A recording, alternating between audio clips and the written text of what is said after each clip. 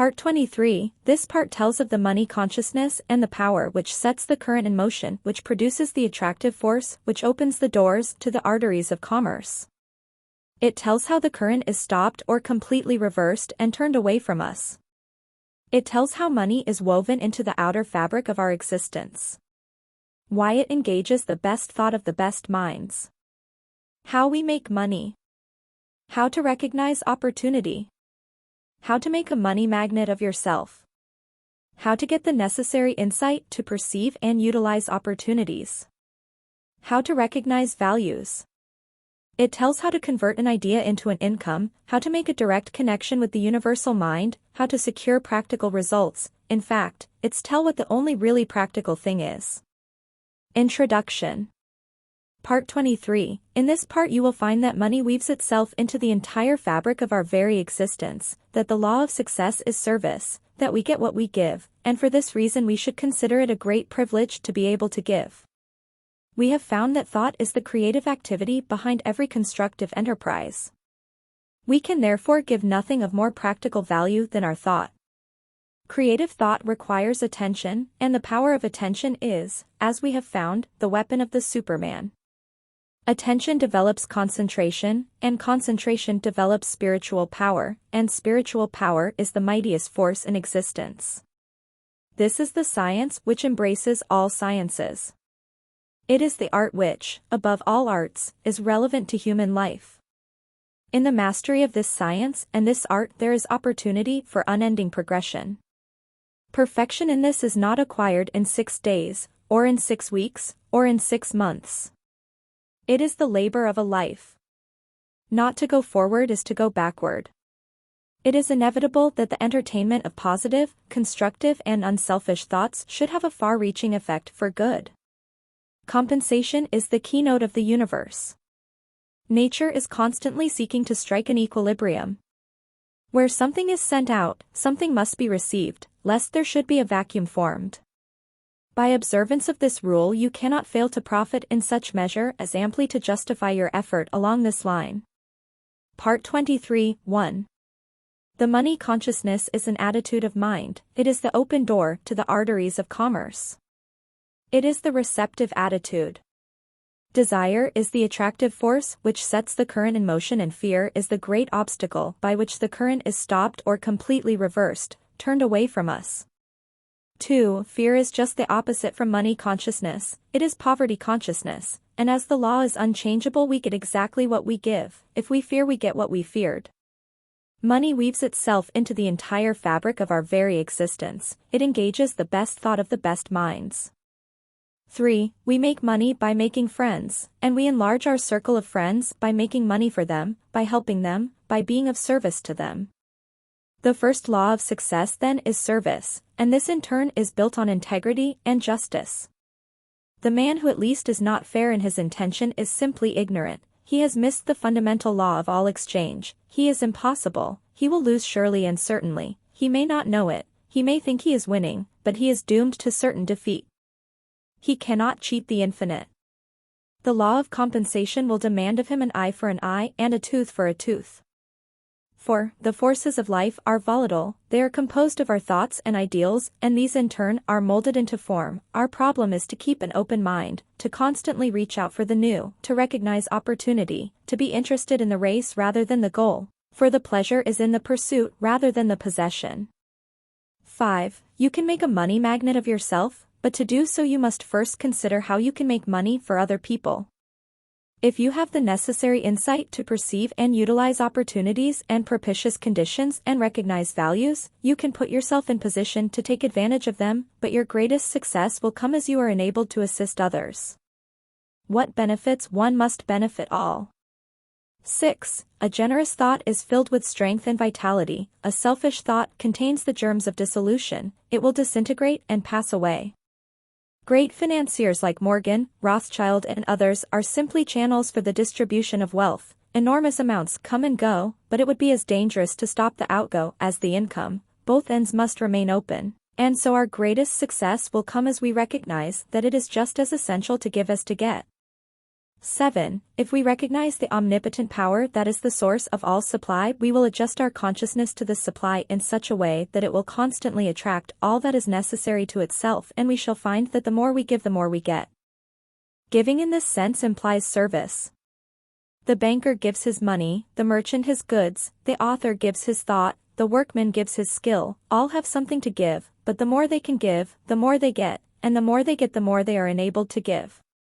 8. The financier gets much because he gives much. He thinks. He is seldom a man that lets anyone else do his thinking for him. He wants to know how results are to be secured. You must show him. When you can do this, he will furnish the means by which hundreds and our thousands may profit, and in proportion as they are successful will he be successful. Morgan, Rockefeller, Carnegie, Rothschild and others did not get rich because they lost money for other people. On the contrary, it is because they made money for other people that they became the wealthiest men in the wealthiest countries on the globe. 9. The average person is entirely innocent of any deep thinking. He accepts the ideas of others, and repeats them, in very much the same way as a parrot. This is readily seen when we understand the method which is used to form public opinion. And this docile attitude on the part of a large majority who seem perfectly willing to let a few persons do all their thinking for them is what enables a few men in a great many countries to usurp all the avenues of power and hold the millions in subjection. Creative thinking requires attention.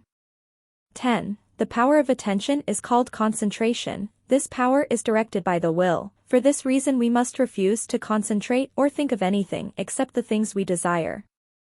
Many are constantly concentrating upon sorrow, loss, and discord of every kind. As thought is creative, it necessarily follows that this concentration inevitably leads to more loss, more sorrow, and more discord. How could it be otherwise? On the other hand, when we meet with success, gain, or any other desirable condition, we naturally concentrate upon the effects of these things and thereby create more, and so it follows that much leads to more. 11. How an understanding of this principle can be utilized in the business world is well told by Mr. Atkinson in Advanced Thought. He says, 12. Spirit, whatever else it may or may not be, must be considered as the essence of consciousness, the substance of mind, the reality underlying thought. And as all ideas are phases of the activity of consciousness, mind or thought, it follows that in spirit, and in it alone, is to be found the ultimate fact, the real thing, or idea. 13. This being admitted, does it not seem reasonable to hold that a true understanding of spirit, and its laws of manifestation, would be about the most practical thing that a practical person can hope to find? Does it not seem certain that if the practical men of the world could but realize this fact, they would fall all over themselves in getting to the place in which they might obtain such knowledge of spiritual things and laws? These men are not fools. They need only to grasp this fundamental fact in order to move in the direction of that which is the essence of all achievement. 14. Let me give you a concrete example. I know a man whom I had always considered to be quite materialistic. He had made several successes in life, and also several failures. The last time I had a talk with him, he was practically down and out, as compared with his former business condition. It looked as if he had indeed reached the end of his rope, for he was well advanced into the stage of middle age and new ideas came more slowly, and less frequently to him than in former years. 15. He said to me, in substance, I know that all things that work out in business are the result of thought, any fool knows that.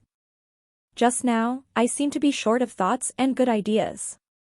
But if this all-mind teaching is correct, there should be possible to the individual the attainment of direct connection with infinite mind, and in infinite mind there must be the possibility of all kinds of good ideas which a man of my courage and experience could put to practical use in the business world, and make a big success of. It looks good to me, and I am going to look into it. 16. This was about 2 years ago. The other day I heard of this man again. Talking to a friend, I said, what has become of our old friend X? Has he ever got on his feet again? The friend looked at me in amazement. Why, said he, don't you know about X's great success? He is the big man in the He Company. He named a concern which has made a phenomenal success during the last 18 months and is now well known, by reason of its advertisements, from one end of the country to another and also abroad. he is the man who supplied the big idea for that concern. Why, he is about 500,000 to the good and is moving rapidly toward the million mark, all in the space of 18 months. I had not connected this man with the enterprise mentioned, although I knew of the wonderful success of the company in question. Investigation has shown that the story is true, and that the above stated facts are not exaggerated in the slightest. 17. Now, what do you think of that? To me, it means that this man actually made a direct connection with infinite mind spirit, and, having found it, he set it to work for him. He used it in his business. 18. Does this sound sacrilegious or blasphemous? I hope not. I do not mean it to be so. Take away the implication of personality, or magnified human nature, from the conception of the infinite, and you have left the conception of an infinite presence power, the quintessence of which is consciousness, in fact, at the last, spirit. As this man, also at the last, must be considered as a manifestation of spirit, there is nothing sacrilegious in the idea that he, being spirit, should so harmonize himself with his origin and source that he would be able to manifest at least a minor degree of its power. All of us do this, more or less, when we use our minds in the direction of creative thought. This man did more, he went about it in an intensely practical manner. 19. I have not consulted him about his method of procedure, though I intend doing so at the first opportunity, but he not only drew upon the infinite supply for the ideas which he needed, and which formed the seed of his success, but he also used the creative power of thought in building up for himself an idealistic pattern of that which he hoped to manifest in material form, adding thereto, changing, improving its detail, from time to time, proceeding from the general outline to the finished detail. I judge this to be the facts of the case, not alone from my recollection of the conversation 2 years ago, but also because I have found the same thing to be true in the cases of other prominent men who have made similar manifestation of creative thought. 20. Those who may shrink from this idea of employing the infinite power to aid a man in his work in the material world, should remember that if the infinite objected in the least to such a procedure, the thing could never happen. The infinite is quite able to take care of itself. 21. Spirituality is quite practical, very practical, intensely practical. It teaches that spirit is the real thing, the whole thing, and that matter is but plastic stuff, which spirit is able to create, mold, manipulate, and fashion to its will. Spirituality is the most practical thing in the world, the only really and absolutely practical thing that there is. 22. Now concentrate on the fact that man is not a body with a spirit, but a spirit with a body, and that it is for this reason that his desires are incapable of any permanent satisfaction in anything not spiritual. Money is therefore of no value except to bring about the conditions which we desire, and these conditions are necessarily harmonious. Harmonious conditions necessitate sufficient supply, so that if there appears to be any lack, we should realize that the idea or soul of money is service, and as this thought takes form, channels of supply will be opened, and you will have the satisfaction of knowing that spiritual methods are entirely practical. Part 23, 221. What is the first law of success? Service. 222. How may we be of the most service? By having an open mind. By being interested in the race rather than the goal, in the pursuit rather than possession. 223. What is the result of a selfish thought? It contains the germs of dissolution. 224. How will our greatest success be achieved? By a recognition of the fact that it is just as essential to give as to receive. 225. Why do great organizers meet with great success? Because they do their own thinking. 226. Why do the great majority in every country remain the docile and apparently willing tools of the few? Because they let the few do all their thinking for them. 227. What is the effect of concentrating upon sorrow and loss? More sorrow and more loss. 228. What is the effect of concentrating upon gain? More gain. 229. Is this principle used in the business world? It is the only principle which is ever used, or ever could be used. There is no other principle. The fact that it may be used unconsciously does not alter or change the situation. 230. What is the practical result of this principle? Success, which is an effect, not a cause. If we wish to secure any effect, we must ascertain the cause, or idea or thought by which the effect is created. We have discovered that premeditated, orderly thinking for a purpose matures that purpose into fixed form, so that we may be absolutely sure of the result of our dynamic experiment. Francis Larimer Warner.